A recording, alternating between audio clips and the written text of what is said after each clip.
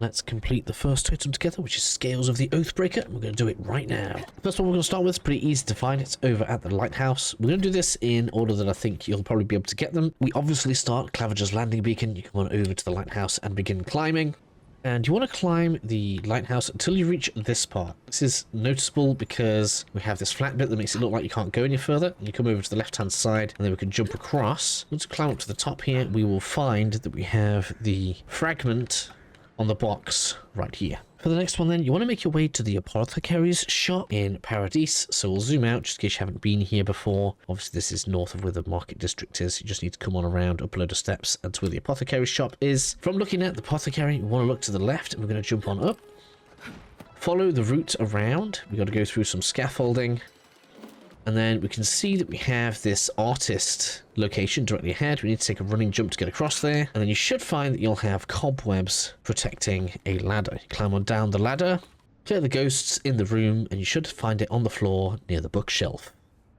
Third one is very simple. You need to come to Northern Paradise. If you haven't been here before, this is access, as you can see, at the northern end of the standard Paradise area. And we need to make our way to Sansa's Emporium. So we're going to go ahead, fast travel to High Market Beacon. Once we get to the shop, all you need to do is go behind the counter. You'll be able to open his door, and then you'll find it on the dish on the inside of his shop. For the next one, we want to head over to Usher's Hand. So get out of the Paradise area now, whichever way you prefer. I'm also going to fast travel over to the beacon over here. Once you've arrived, you'll see that there's one pool that is exposed and one that we can't get to. We're just going to go ahead, dive into this water, swim on through the cave, and this is where we will find our next part of the totem. The next two we have to do quite a bit of traveling for. We're going to start with the easiest one to get because Castor's Folly is pretty aggressive, and so you'll want to make sure you have powered up a bit, or maybe turn it to easy before you go there. For number 5, we're going to head up to the north to Pagron Cache. If you've been following the story, you should already have the Overgrown Expanse party camp. We can go ahead and camp there and then exit the camp in that area to make this a little bit quicker for ourselves. To reach the Pagron Cache, we're going to want to come across the bridge you can see here. There will be a barrel next to this wall, which we've broken. We're going to start climbing up all of the platforms in here.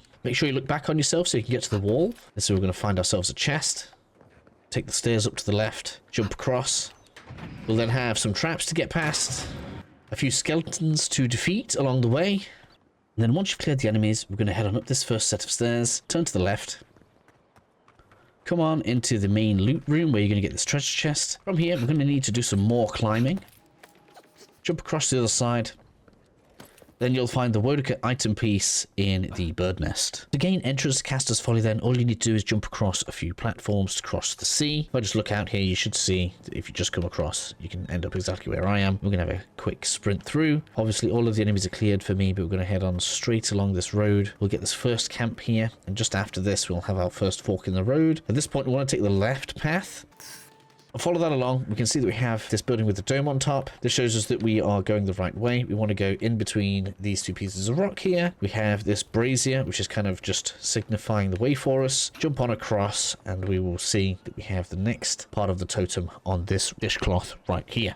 That leaves us with getting the base, and it's pretty much named on the map. You see Shrine to Wodaka right there. We just need to fast travel our way over, so you can use the camp if you wish to. Get on over there. It's very obvious. You'll walk up to the central table in the shrine and be able to collect the base from there.